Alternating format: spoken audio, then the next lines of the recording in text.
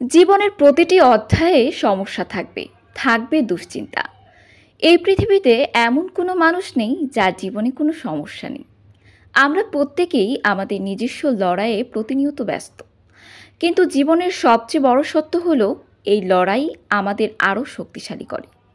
মানুষের অন্তরে যত নেতিবাচক প্রবণতা রয়েছে, তা জয় করার জন্য প্রতিনিয়ত নিজেকে গড়ে তুলতে হয়।